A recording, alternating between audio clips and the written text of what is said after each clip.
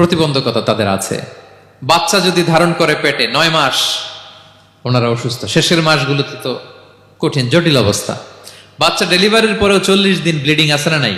তাহলে অনেক ধরনের জটিলতা আল্লাহ তাআলা ওনাদের দিয়েছেন। এজন্য আল্লাহ তাআলা নবুয়তের গুরু দায়িত্ব, এটার জন্য আল্লাহ তাআলা পুরুষদেরকে সিলেক্ট করেছেন। আলহামদুলিল্লাহ বলেন।